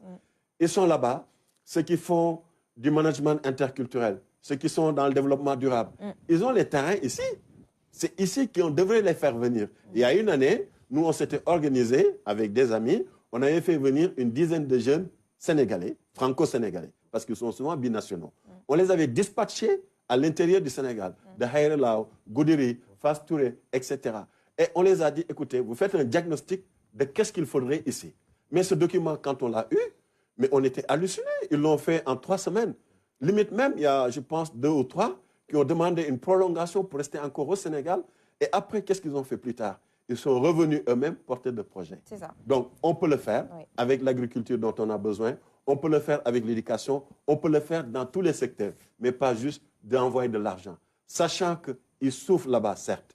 Ils sont considérés comme les mots qui font reculer les pays d'accueil. Alors qu'ils ont la légitimité et la légalité. C'est ça. Qu'est-ce qu'on fait? Une agence de la diaspora. Oui. Merci beaucoup, Yebou, pour ce plaidoyer. J'espère que nos autorités l'ont bien entendu. Merci aussi pour tout ce que tu fais. Hein. Alors, Sarah, très rapidement. Oui, avec notre invité, on va terminer vraiment 1 minute, c'est ça? Oui. J'ai plusieurs questions, mais on va aller très vite. Si vous deviez donner, on va faire un exercice d'enseignant ou une note aujourd'hui à nos jeunes cinéastes sur 10, ce serait combien? Une note sur 10 pour nos jeunes cinéastes? Oui. Je crois que je leur donnerai 7 sur 10. On va parler maintenant des projets en cours. Le FICAS, qui est le festival que l'État veut initier ici. Il y a aussi ce centre de formation au métier du cinéma aussi qui est annoncé. Est-ce que ces initiatives, à votre avis, pourraient véritablement marcher et contribuer à créer cette industrie cinématographique qu'on recherche? Alors, l'idée d'un festival, encore une fois, constitue une étape essentielle dans le développement du secteur, globalement parlant. Mais ce n'est pas la seule étape dont il faut s'occuper. Pour qu'il y ait un festival, il faut qu'il y ait une production quantitative et qualitative. Pour qu'il y ait une production quantitative et qualitative, il faut qu'il y ait un soutien à l'écriture et au développement de projets. D'où le centre de formation? D'où le centre de formation. Il faut aussi des dynamiques, aujourd'hui grâce au numérique, des dynamiques qui permettent, au travers de plusieurs plateformes, de vendre les œuvres à l'échelle globale. Mais il faut des producteurs aussi pour ça. Exactement, il faut des producteurs pour ça. Est-ce qu'il y en a suffisamment aujourd'hui? Aujourd'hui, il y a des producteurs qui existent, qui sont pratiquement dans les longs métrages, par exemple. Généralement, c'était des auteurs, réalisateurs, producteurs. Mais ce système-là n'est plus de mise aujourd'hui quand on parle d'écosystème, quand on parle de développement d'un secteur. Ce système-là, où le one-man show, vous êtes auteur, vous êtes producteur, vous êtes réalisateur, ça ne marche pas. C'est ça. Donc, il faut aller vers la structuration du secteur. Et pour aller vers la structuration du secteur, il faut vraiment toute une stratégie à mettre en place. Nous avons besoin que la création soit valorisée, non seulement à Dakar, mais à l'échelle de tout le Sénégal. Ça, c'est très important. Il faut qu'on connaisse comment le créateur là-bas à Matam peut contribuer dans la production culturelle nationale. Il faut aussi qu'on valorise un peu par le financement certains producteurs qui sont des champions. Pour aller à Cannes, par exemple, organiser une résidence avec 10 scénaristes de renom, selon les standards de Cannes. Vous les enfermez, vous prenez quelqu'un comme l'ancien Jean-Claude Carrière de la FEMIS, vous prenez d'autres script docteurs, vous les enfermez, vous dites, vous avez vos projets et on va améliorer qualitativement vos projets dans le sens des standards internationaux. C'est ça. Et de ce point de vue-là, vous avez une génération de 10 scénaristes qui tout de suite vont pitcher auprès de producteurs internationaux pour être dans les grands festivals comme Cannes. Merci beaucoup, Modibo. C'est ça qui me semble être des priorités aujourd'hui et ne pas de manière ponctuelle agir sur un maillon de la chaîne et oublier les autres aspects qui sont absolument prioritaires. C'est ça. Merci beaucoup d'avoir été avec nous. Merci vous, merci Toumani, merci Sarah, merci à l'ensemble des équipes en régie, merci à tous qui nous suivaient depuis 6h30. On se retrouve demain, toujours avec le même plaisir, à 6h30 pour un autre numéro de Kenkeliba. Vous comprenez un petit peu. Bonne journée à tous et à demain.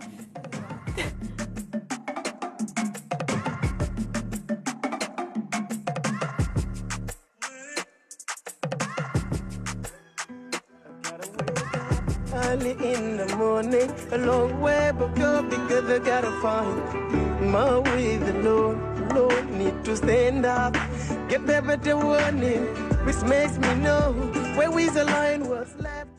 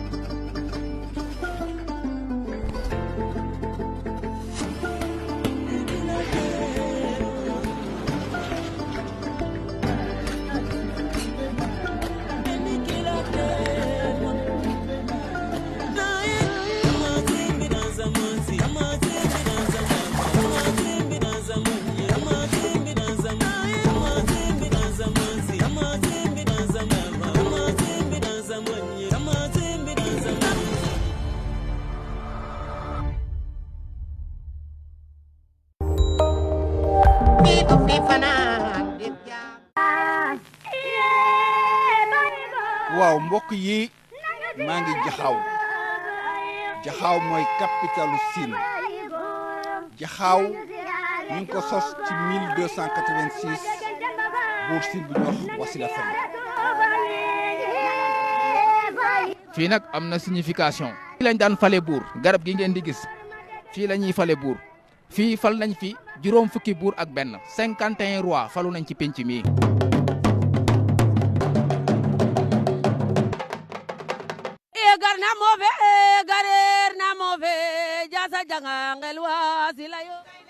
la maam yi yore woon te mu nekk lu baax nañu fexe bu ñu rëcc.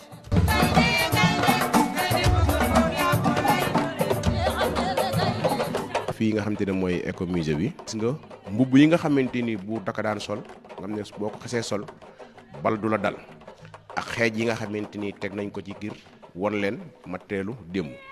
fii ma toog nag moo nekkoon néegam ndax fii mooy kër buur waaye kër buur nag boo ko déggee buur bu ne néeg la fa am bàmmeel boo gis fii ci kër gi moo doone néegu buur bi moo tax kër gi bu ngeen fi duggee am na nee naa la juróom fukki buur ak benn falu nañ ci penc mi am na yoo xam ne newul fii ma nga ca àll ba buur boo gis ñu suul ko ci àll nag dafa xare ji woon des ca xare ba ñu denc ko. fii ci xabru bu Sine Coumba Ndoffène Fandeb nag boo ko déggee ci séeréer mooy bu ndaw kon am na bu mag bi mooy Coumba Ndoffène Famaak mooy ki nga xam ne moom la ñu denc Ndofane Maat kii nag mooy bu Sine Coumba Ndoffène Fandeb waaye moom lañ tuddee bu mag bi moom ci boppam moo jamono wanteeg Serigne Touba jaayoon léppam ngir bëgg dëgg feeñ.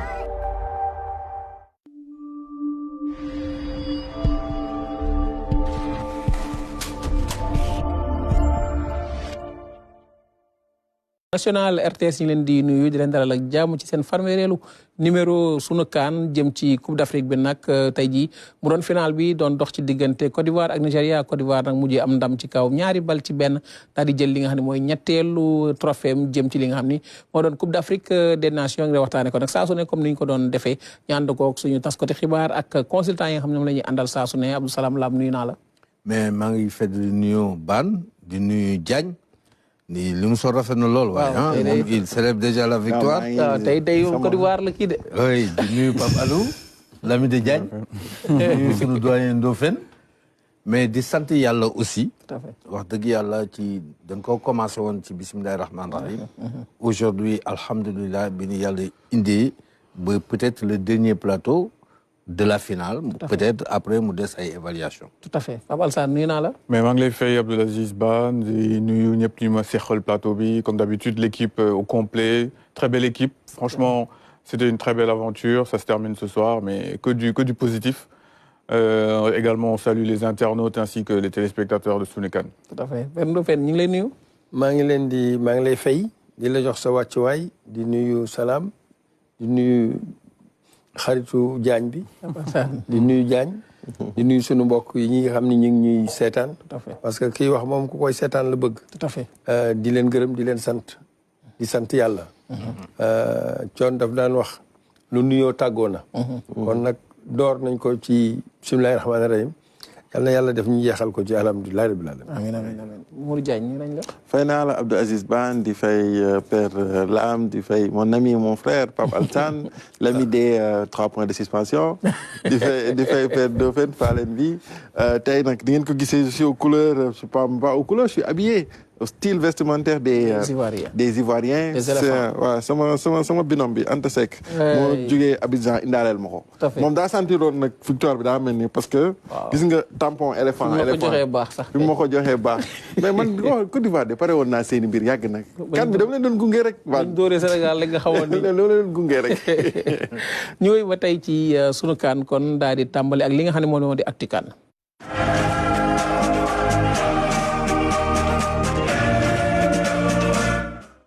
actu kaan nag dañ koy daal di door kon ci final bi dox ci diggante Côte d'Ivoire ak équipe bi nga xam ne moo di Nigéria ñaari bal ci benn pour Côte d'Ivoire desuwaat li nga xam ne moo ci gën a fës di temps fort yi.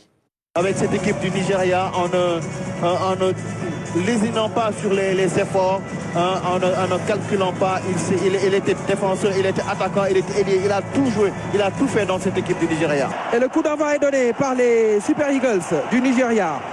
Ekong qui s'appuie sur Calvin. Long ballon de Calvin pour essayer de toucher ses attaquants. La déviation vers Osimhen et c'est Ria Fofana qui capte à Ebimpe. Et le jeu qui reprend. Alors avec Kessié, Adingra est libre, il l'a vu. Simon Adingra dans la surface de réparation. Adingra et l'arrêt. Qui se trompe.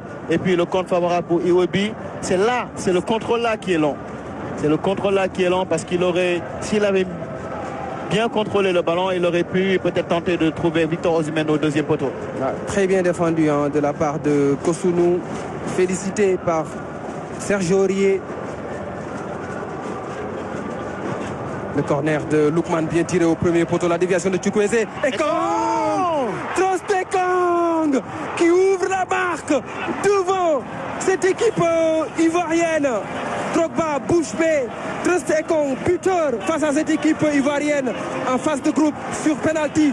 Remet ça, le Nigeria qui mène par 1-0 dans cette finale. Et voilà, quand on dit qu'il fallait valider la période de domination parce que à la moindre occasion, regardez l'attitude de Nwankwo Kanu, il est content. Ouais. Ah oui. Lui, son idole, c'est Rio Ferdinand. Et voilà, là, il fait... Et il n'y a rien à dire. Sergio Aurier qui se fait manger dans le duel par Troost-Ekong. Regardez. Ouf. Ouais, parce qu'il vient de derrière, Aurier ne le voit pas, il a la tête sur le ballon. 1m91, quelle puissance. Frappe de Kosunu. Ah, c'était très bien parti. Et c'est Stanley Wabali qui concède le corner. Le danger se rapproche. Le danger se rapproche de plus en plus là. Et heureusement, Nwabali qui a suivi, il aurait pu être gêné par le rebond. Ouais.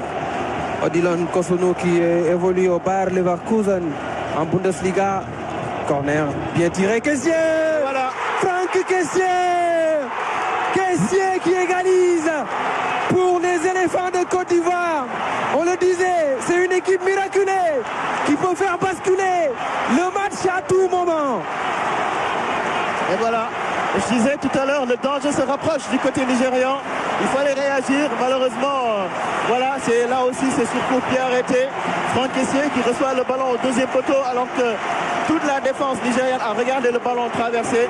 Et donc voilà, une belle tête piquée qui empêche le gardien d'agir. Kessié, Diakité avec Kessié. Kessié, le centre vers Adingra. La remise, allez! Quelle reprise de Sébastien Haller. Retourné acrobatique comme il sait le faire à la Zlatan Ibrahimovic. Quel geste! Ah oui, là. Justin Conan qui insiste à gauche avec Adingra qui fait d'énormes différences. Le but de Haller. Les deux armes de destruction massive font très mal à cette équipe nigériane. Le centre d'Adingra repris par Sébastien Haller. Les Ivoiriens qui font la remontada au stade de la Ouattara d'Ebimpe. 2-1. Il a mis un but. nekk nag li nga xam ni moo di ñaari but ci benn yi nga xam ni moom la Côte d'Ivoire daal di daan équipe bi nga xam ni moo di Nigéria. Ndofène noo jàngate tey ji ndamul Côte d'Ivoire bi mu am tey ci kaw Nigéria. ah man de tey dafa mel ni dañoo soppi équipe yi. xam nga liñ doon yaakaar ci Côte d'Ivoire mooy que tey moom dana sonn parce que milieu de terrain wu nigérian yi mën nañu contenir milieu bi nga xam ni moom la nar a def parce que en général Kessié lay def ak Fofana. ñoom ñooy nekk milieu de terrain en général. ñu jàppoon ni Nigéria dana leen contenir au milieu de terrain mais li ñu gis tey mooy Côte d'Ivoire moom moo commencé match bi ba muy jeex. parce que même bi nga xamee ni ñoom jël nañu but sur balle arrêtée te Ekong dugal ko teewul. temps yooyu ci temps fort Côte d'Ivoire la nekk dafa mel ni nag match yi ñu doon seetaan loolu lañ ñu tegalaat rek mooy waa ji daal boo dajee Côte d'Ivoire déjoué day góorgóorlu ba am but bu amee but dem ka am taxaw ragal a génn te li ñu koy tuddee mooy bu fekkente ne lépp ci sa camp nga ko bëgg a footballé te Côte d'Ivoire dañu commencé gëm ni dara mënu leen arrivé xam nga li ñuy wax noonu cabri mort ne craint pas couteau mooy mbote mu dee lu yoonam ci paaka looloo tax dafa mel ni dara du leen arrivé dara du leen tiital te loolu nañu ko santé nag encadrement technique bi particulièrement Faye parce que xam nga boo seetee Côte d'Ivoire biñ leen dugalee but seen entraîneur bu njëkk ba dafa jàpp ci bopp bi rek mooy xam nga loolu bu fekkee da nga am ay joueurs yu nekk ci terrain di football yow ci sa bopp nga gis ñu gis ci yow ab tiitaange te yow yaa leen war a dalal yaa leen war a fexe ba ñu gëm ni ñoom dara mun leen arrivé te loolu la ñuy gis ci entraîneur bi même biñ jëlee bi dañu continuer di football ni ñu doon footballé te dafa intelligent kile dafa indi à leur axe ba pare jël Edingra nga xam ni gone la insouciant en général xam nga xale muy dawloo gaa yi rek te saa bu jotee bal bi dana am lu xew tout à fait looloo